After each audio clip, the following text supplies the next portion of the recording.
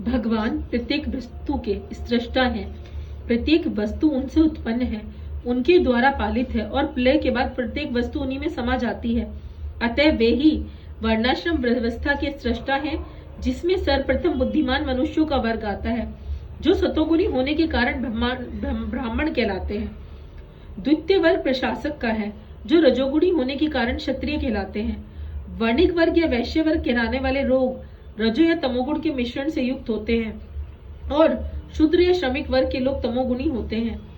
मानव समाज के इन 4 विभागों की सृष्टि करने पर भी भगवान कृष्ण इनमें से किसी वर्ण में नहीं आते, क्योंकि वे उन बुद्धि जीवों में से नहीं हैं जो एक अंश मानव समाज के रूप में है।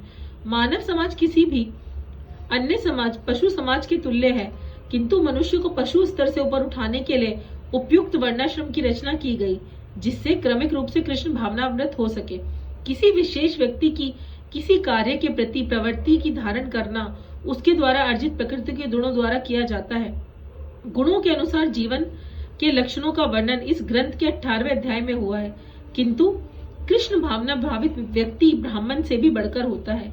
यद्यपि गुण के अनुसार ब्राह्मण को ब्रह्म या परम सत्य के विषय में ज्ञान होना चाहिए, किंतु उनमें से अधिकांश भगवान कृष्ण के निर्विशेष ब्रह्म स्वरूप को ही प्राप्त कर पाते हैं। किंतु जो मनुष्य ब्राह्मण के सीमित ज्ञान को लांघकर भगवान कृष्ण के ज्ञान तक पहुंच जाता है, वही कृष्ण भावना भावित होता है, अर्थात वैष्णव होता है।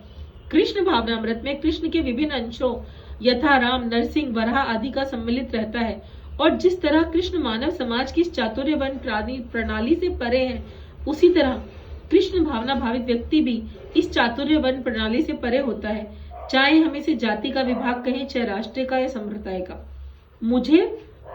मुझ पर किसी कर्म का प्रभाव नहीं पड़ता, ना ही मैं कर्म फल की कामना करता हूँ। जो मेरे संबंध में सत्य को जानता है, वह भी कर्मों के पाश में नहीं बनता। जय श्री कृष्ण।